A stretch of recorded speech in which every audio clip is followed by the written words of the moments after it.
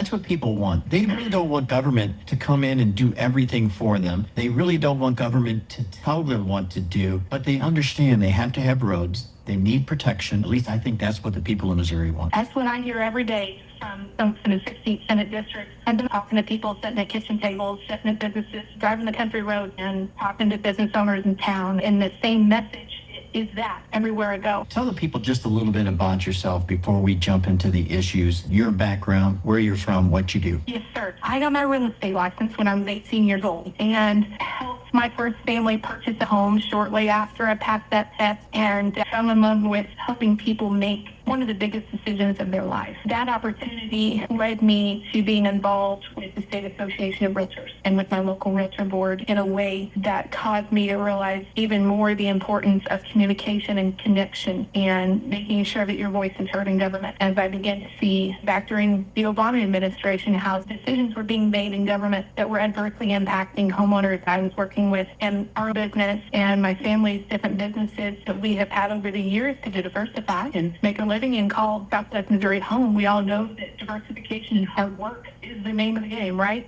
And those are the main issues that caused me to look at what I could do to make a difference and run for the State House. I told the story many times, but I'll say it again. I prayed about it and knew that I had to do it, in a nod to Jimmy Stewart, the old movie where he says, if you don't try. And in my head and my heart, I thought we have to try. So with lots of help, hard work, and lots of prayer, we got to election night in 2016 and won by 45. So God has used that part of my story to remind me of the tremendous privilege this is and the hard work it requires to be a voice for people. For 8 years, I served in the House. I served on the Budget Committee for 7 years. Have the great privilege of serving with our now Auditor Scott Fitzpatrick, who's a good friend of mine. And also, I chaired the Children and Families Committee and spent a lot of hours working on what we can do to make sure that our kids in the state and our families are empowered, protected, and taken the best care of. And I was chairman of the Ethics Committee. Anytime you're given a job, you roll your sleeves up and you do it right and you do it well. And on year 8, with a grateful heart, went home to the farm and back to my business, talked to a lot of people and spent some time praying about it. If given a chance, I would like to make sure that our Senate seat has the commitment, experience, and work ethic that I can bring to the table. So we launched our campaign. We have what's called the Straight Talk Tour, and I'm intentionally trying to be somewhere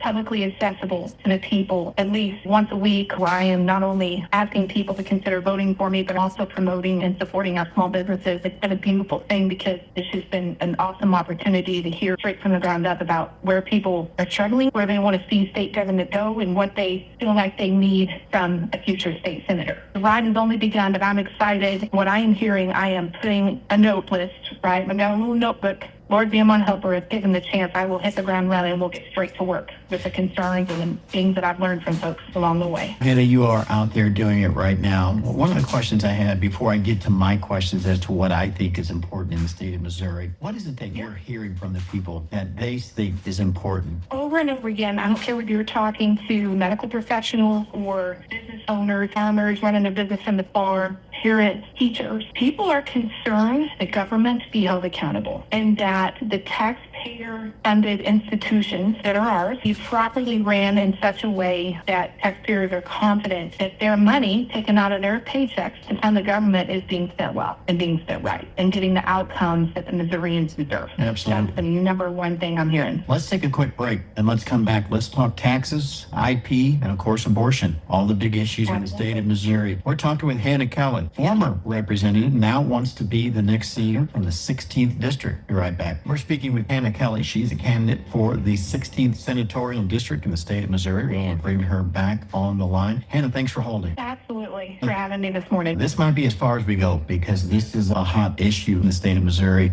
And I think with people at home, when you combine the discussion of taxes and budget here in the state of Missouri, number one, I think people are tired of the current tax system. And with what we see from Jeff City right now is we're going to cut this tax, we're going to cut that tax. Doesn't seem to be a plan. And the question I often ask people in your position, is it time to get smart people in the room and figure out how we're going to tax the people of Missouri? We understand that you have to have money for roads. Absolutely. But this thing is crazy. I don't know if you see it, but I put a post out on my social media back about a week and a half, 2 weeks ago. That post was asking folks, what do you think? We understand, of course we want good roads, bridges. Of course we want fully funded local services that are imperative to the operations of local communities all across the state. What I don't want is for people to feel like they might never be able to own something because they're hit with all the bills at the end of the year. I'd like for the farmer listening today to feel like I actually own my tractor when it's paid off because I'm not paying taxes on the tractor. And I say, Hammond, just to your point, I'm not saying that we don't need money to run local government. We need to bring everyone to the table, the experts from across this nation and within the state of Missouri who have been working on this issue for many years. Most importantly, we need to listen to our people about their ideas, where their pressure points are with their financial budget, how taxes positively and negatively impact them, and how we can structure a system that better gives confidence to them as the taxpayer, consumer, and the citizen of the state that we are asking for the chance to serve in the Senate. One of the things that we've heard this for generations,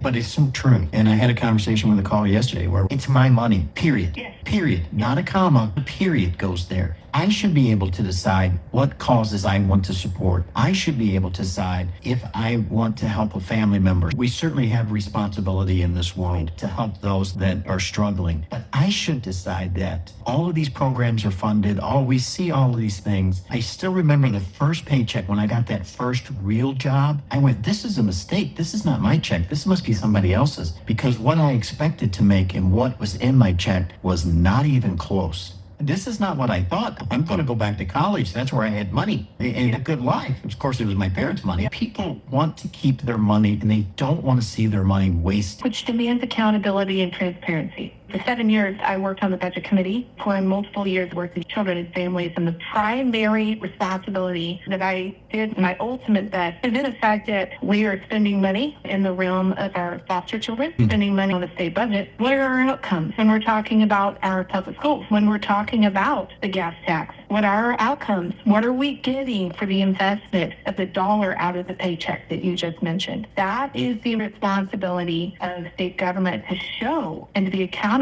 and transparent about what those outcomes are and what they look like and where they need to be. I would very much like to have a chance to help do that in the Senate for my people. And then that leads into the budget.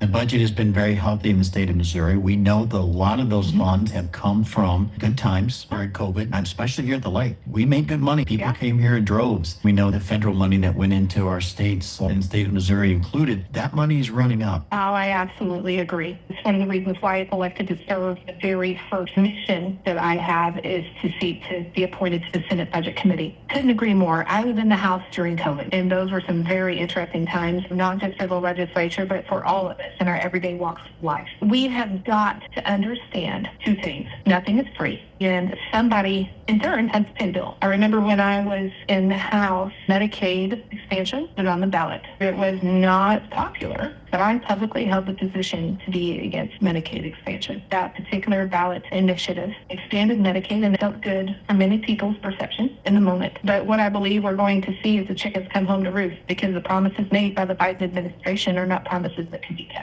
And somebody has to pay the bill. Unfortunately, we're going to be seeing the Missourians have to pay the bill for what in the moment back then was perceived to feel like, oh, this is proverbial shelf discount. And it was a straightforward lie. And it passed on the ballot because at that point, unfortunately, we didn't have any progress with initiative petition reform. And now the reality of paying the bill is coming home to roost as we go into the coming years. So we have to make some very hard decisions, some very well-informed decisions with understanding of the past while looking with a clear direction to the future. I'm ready for the job if given the chance. And I think you're exactly right. And I think those chickens are not as far away as we think. I think we're going to see significant change in Medicaid expansion as far as the dollars that are coming into the state from our pockets to pay for this. I think that's just an example of what's going to hit our budget here. And I'll say it for you. This Medicaid expansion, I don't know what it's going to do. We're going to see a lot of other programs cut to pay for this program. We've got about 30 seconds. I go back to nothing is free and somebody's got to pay for it. And if I get the chance to be senator, I'm going to make sure that taxpayers are protected at every opportunity. Absolutely. That's one of the things I think the next senator is going to have to tackle. They're going to have to tackle that Medicaid expansion, because we're talking millions of dollars, upwards to $400 million. Everything runs smooth. It comes out of the budget first. And then, of course, IP reform. Hey, great to talk with you. I hope we can talk again. Yes, sir. Thank you so much. I look forward to visiting anytime. Thank you. That's Hannah Kelly. She wants to be the next senator from the 16th district in the state of Missouri. We're going to take a quick one. We'll be right back.